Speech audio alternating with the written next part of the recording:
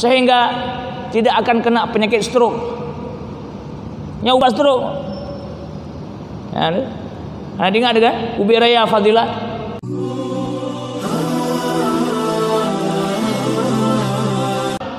Istinsyak pasoil na hidung.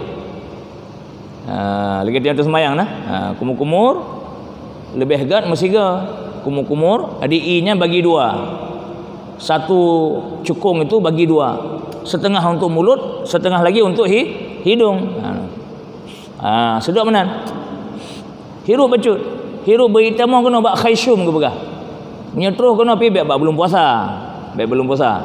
Hai belum puasa je malam je lu buka puasa. Terus kena bak khaysyum i yang dah hirup, abian tak tabah tahi. Yang dipegah oleh awak pegah. Dipegah oleh awak pegah, oleh awak penelitian ilmu kesehatan. Itu dia mensehatkan saraf sehingga tidak akan kena penyakit stroke. Yang ubat stroke. Dengar kan? Ubi raya fadilat. Stroke lagi mau. Kenapa saraf sehat? Hana patih cina praktek saya ada nanti semayang.